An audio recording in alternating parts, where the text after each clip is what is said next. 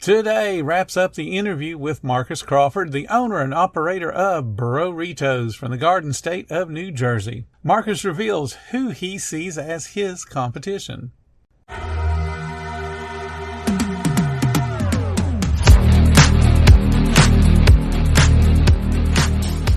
Welcome to the 10-Minute Food Truck Training Podcast. My name is Bill Moore. I am a food truck business coach, author of 5 food truck vending books, including Food Truck 101 and Food Truck 201. This podcast is all about helping you start and grow your food truck business. Over the past several days, 3 females have been found dead. Looks like someone's going after these girls. Then they have to know to watch their backs. Streaming March 13th. You really want what happened to this one that happened to you? Exactly why I need to keep going on this. Starring Emmy Award winner Amanda Seyfried. I'm worried about what you're going to find. So am I. Long Bright River. A limited series. Streaming March 13th. Only on Peacock. Do you do like Uber Eats and DoorDash from the storefront? Yes. And how's that working out for y'all? In my honest opinion, I'm not a big fan of Uber Eats or DoorDash.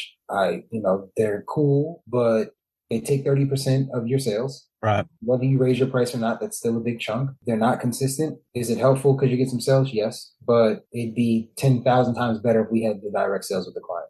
I'm pretty sure every other restaurant owner understands that. Oh, for sure. And it's the same with the food trucks that attempt to do the Uber Eats or DoorDash or whichever brand is out there in their area. It's the same complaints. They do too much on the commission side. And even if you do raise the prices, you either raise the prices to the point where people that want delivery are not going to pay for it.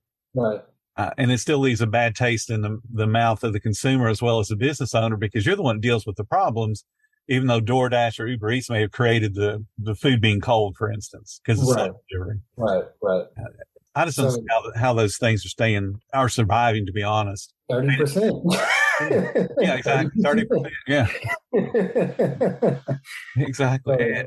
And what's interesting, gets on the technical side of it, but they don't actually talk about them being delivery services. They are an informational technology business. Right. Because they're getting all that information of all the consumers. We got the address, we got the phone number, we got their name. So now we can market to them. And it's really just, I hate to say it, but it's really kind of screw you business owners, because we don't care about you.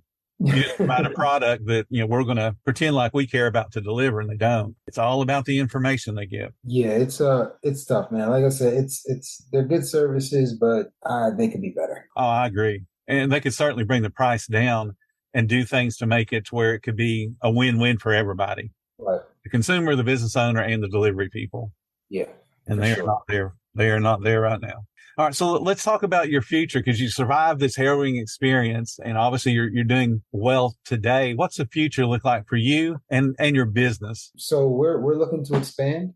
We want to grow. We feel like Bro-Ritos can be a national concept. Mm-hmm. We want to do like the spoke and hub model where we have a store location in a city and then 2 trucks to support it. We just understand that the food truck side of the business is so great because the overhead is so low. Right.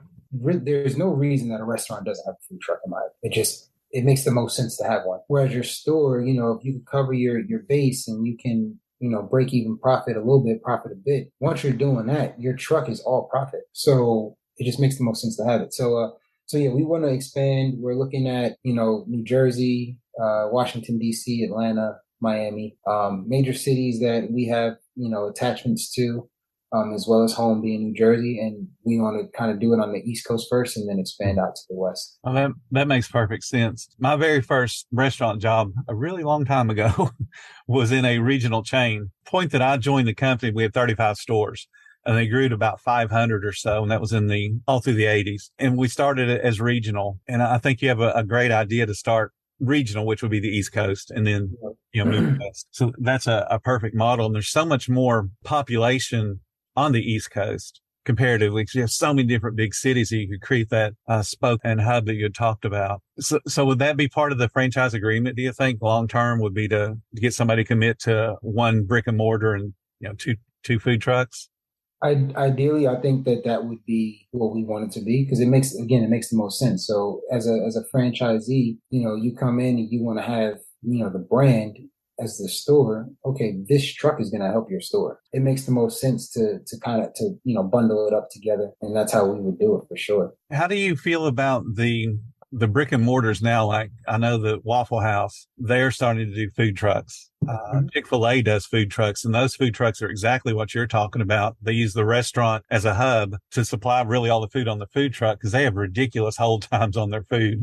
And then they can take it out and, still sell really, really hot food, right? And come back and restock and go out. So do you think that they're going to be competition for you? No. No, I don't. The thing about it is, if somebody wants Chick-fil-A, that's what they want. If you want Chick-fil-A, you don't want Bro-Ritos. That you're not my competition. You just don't have the taste for a burrito right now. You want a chicken sandwich. So I don't really see that as competition. If I start seeing more Chick-fil-A trucks pop up, I would go and talk to the owners of the Chick-fil-A trucks and make the same type of relationship with them as I've done anybody else. So that if I do run into a situation, I can give them a call. Hey, look, I got some business for you. Maybe they'll take that call and maybe they'll do the same for us. Right. But I just don't really see it as competition. I don't see them as competition either, for the point that you made, different food and even different service style. Right. Because I would imagine that your trucks kind of have a personality too. And people come as much for the food as they do for the personality of the people that are working on the truck.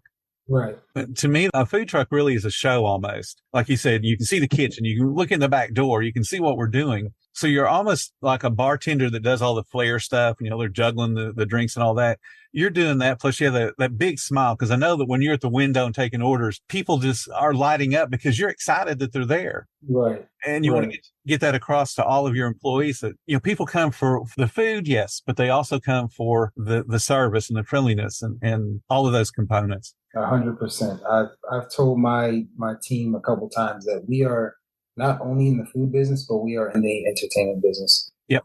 When people book us, they're booking us to come serve and, give an energy for their party, for their event, so that when people leave, they're like, oh my God, that food truck you had was so good. That's what people want to hear. So we have to deliver on that. And that's, again, why we are bright green. We have speakers on the outside. We have that smile on our faces. We, friendly service, talking to customers, like all of that is built in because there is that entertainment aspect of it. To me, that's fantastic. That's such a hard thing to get across to the new owner because, they're worried about the food. And it's like, well, you got to be worried about the service too. You see, and that's where, to circle back to like your first question about having culinary experience versus just business experience. I think that's where I'm able to see things differently versus somebody that has a chef mindset first. Yep. A chef mindset first is going to be about the food, and they're going to be so high strung on the food that they don't necessarily really see the tidbits of the business side. Where I see the business side, and I know that the food just has to be good. When you put that together, that's when you create that magic. Absolutely. And that's a good point. You're creating the magic because you're looking at the whole picture. Right. And like you said, a chef mentality typically looks at one element of that picture. So that's an awesome attitude. I know that one of the articles I read that you had written talks about helping the new food truck owners. So let's talk a few minutes about that before our time's totally up. So let's help out some new people. What's your words of wisdom? Words of wisdom. Do your research when you're starting. Understand what you're getting yourself into. Simplify your menu. Embrace whatever, small pitfalls come as lessons to be learned, and just keep on going. Just keep on going. Build a brand. Don't worry so much about one element, but build a brand. Build a brand that invites people to it. And then when you do that, then your phone won't stop ringing.